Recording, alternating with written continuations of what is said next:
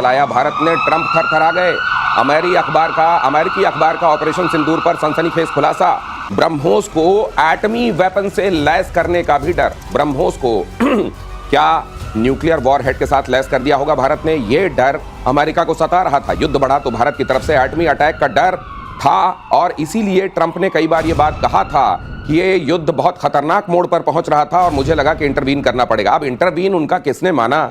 जाहिर है पाकिस्तान चाह रहा था, गिड़गिड़ा रहा था। उसने अमेरिका के भी पैर पकड़े होंगे कि भारत की जो लीडरशिप है उससे बात करा दीजिए। वो कई देशों के पैर पकड़ रहा था। भारत के डीजीएमओ के पास फोन आया था पाकिस्तान के डीजीएमओ का और उसने कहा कि we want to stop it now. अब बहरहाल जो स्थिति है वो ये है कि भारत का ब्रह्मोस, और आप जानते हैं ब्रह्मोस को लेकर और किस तरीके से इंप्रोवाइज करना है, इसको और कैसे धारदार बनाना है, भारत लगातार इस संबंध में कोशिश कर रहा है। निश्चित रूप से ट्रंप, मुझे लगता है सर, और बहुत सारे लोग ये जो थ्योरी कहते हैं कि अमेरिका की कई चीज़ें, महत्वपूर्ण चीज़ें पाकिस्तान के अंदर रखी हुई हैं और अमेरिका को इस बात का भी डर सताने लगा था कि कहीं मेरी चीज़ें तो आहत नहीं हो जाएंगी और इसीलिए शायद उसको बेचैनी होने लगी। एब्सोल्युटली। देखिए धीरज जी, वो चीज़ें तो हैं जो F-16 ये सब की बातें होती हैं। मेरा ऐसा मानना है कि 98 में जब हम न्यूक्लियर हुए और पाकिस्तान का न्यूक्लियर का होना, जो चीज़ आप किराना हिल ये सब की बात सुनते हैं, चाहे उनके एयर बेसिस में, वहाँ बहुत सारी चीज़ें हैं जो कि अमेरिका की एसेट्स हैं। एसेट्स। और वो ऐसा नहीं कि जमीन के ऊपर है, वो जमीन के नीचे भी है। तो मैं इशारों में आपको ये बता दूं, जमीन के नीचे भी है। जमीन के नीचे। सर एक बात बताइए, अगर मेरे पास परमाणु हथियार हैं, मान लीजिए मैं पाकिस्तान के ऊपर रहम की निगाह रखता हूं, मैं अपने कुछ एसेट्स देके वहां पे एक आध टेस्ट करा दूं और बाकी पता नहीं उनके पास वाकई न्यूक्लियर है कि नहीं। बहुत सारी चीजें ऐसी थी जो अभी तक कवर में थी और असल में ब्रह्मोस ने उस पर्दे को फाड़ देने का काम किया है और इसीलिए अमेरिका भी थर्रा गया। एब्सोल्युटली। देखिए बात ये हुई थी जब हम न्यूक्लियर हुए थे, 15 दिन बाद 98 में हम न्यूक्लियर हुए और 15 दिन बाद पाकिस्तान हो गया। किसी भी कंट्री के पास ऐसी कैपेबिलिटी नहीं होती, आप पैदा कर दीजिए। तो वो तो शक है हमारे, जब हम बात करते हैं ना कि क्या उनके पास न्यूक्लियर, वो जो कहते हैं बात है कि नहीं, तो हमारे जहन में तो वो है ही। बात उसकी है जब आपने हिट किया सरगोदा में और जाके किराना हिल हर्राया और आपने कहा कि वहां पर कुछ हो गए, तो कुछ एसेट तो हैं ही। बात आज इसकी है कि ब्रह्मोस की आपने की है। क्यों ब्रह्मोस? जो ब्रह्मोस एक क्रूज मिसाइल है, नैप टू अर्थ, 3 मीटर का, अभी तो 1 मीटर का हो गया। लोग हम कहते हैं 500 किलोमीटर, मगर उसकी एक्चुअली रेंज जो हमारी ऑपरेशल रेंज है 800-900 मीटर है। उसके अलावा अभी उससे भी बड़ी चीज है जो दुनिया में बात नहीं हो रही है, खुल के बात नहीं हो रही। पाकिस्तान के डॉन का अखबार में, चाइना के और अमेरिका के अंदर अग्नि 5 एडवांस वर्जन, जो कि आपका बंकर ब्रस्टर है, बंकर ब्रस्टर मिसाइल।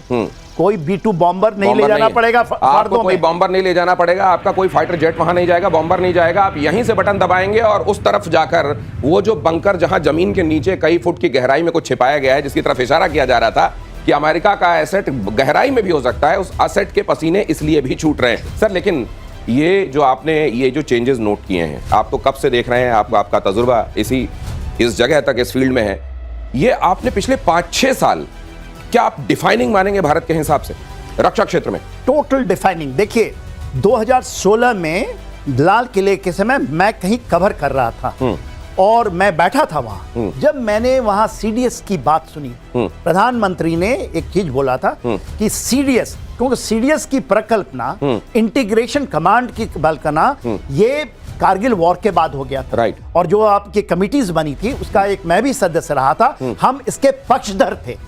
जो अग्निवीर की है प्रकल्पना कि 4 साल में जब टेक्नोलॉजी बदलता है तो फ्रेश माइंड चाहिए, उस समय की है ये। बहुत सारी डिबेटें यहाँ चली। तो पूरा स्ट्रक्चर बदल, पूरा स्ट्रक्चर और भविष्य की चुनौतियां और दुश्मनों की तरफ से आने वाले जो थ्रेट्स हैं, उसको देखते हुए भारत को कैसे तैयार करना है, इस बारे में जो दिन दूनी रात चौगनी रफ्तार से काम हो रहा है, वो दुश्मनों के लिए थर्राने वाला है। यूक्रेनी राष्ट्रपति ज़ेलेंस्की का बहुत बड़ा दावा। दूसरे फ्रंट की खबर देखिए, रूस की तरफ से लड़ रही है पाकिस्तान की फौज, पैसे लेकर मुनीर की फौज के लड़ने का दावा।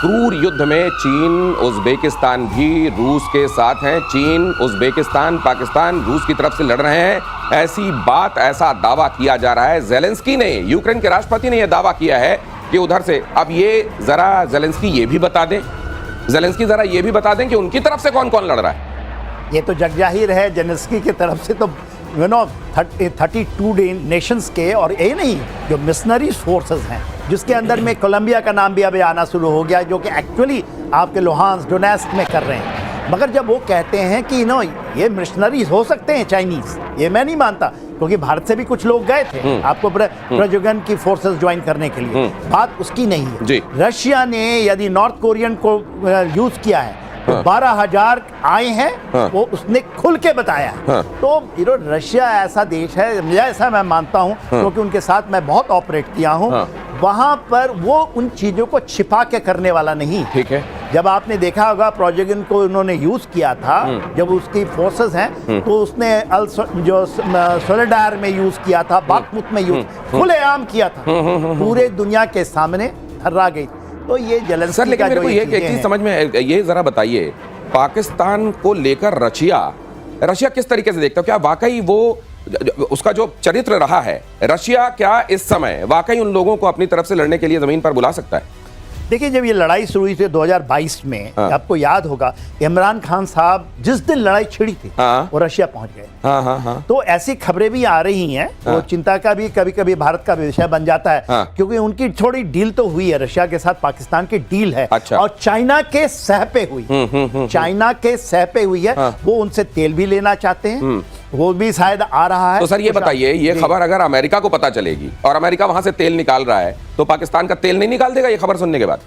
देखिए, पाकिस्तान एक दोहरी नीति है, अमेरिका भी दोहरी नीति से खेलता है। अच्छा। तो और इसके लिए देखिए, जब करेक्ट आकलन करें, मैं भी ऐसी बड़ी बातें कर देंगे पाकिस्तान में कुछ नहीं है। पाकिस्तान एक महारत तो हासिल की है, वो जानता है कि कैसे, जब हम 3A की बात करते थे, अल्लाह, अमेरिका, आर्मी, अमेरिका आता था। अमेरिका आज चाइना वो हिमालय से भी ऊंचा और जमीन से भी गहरा उनका संबंध है।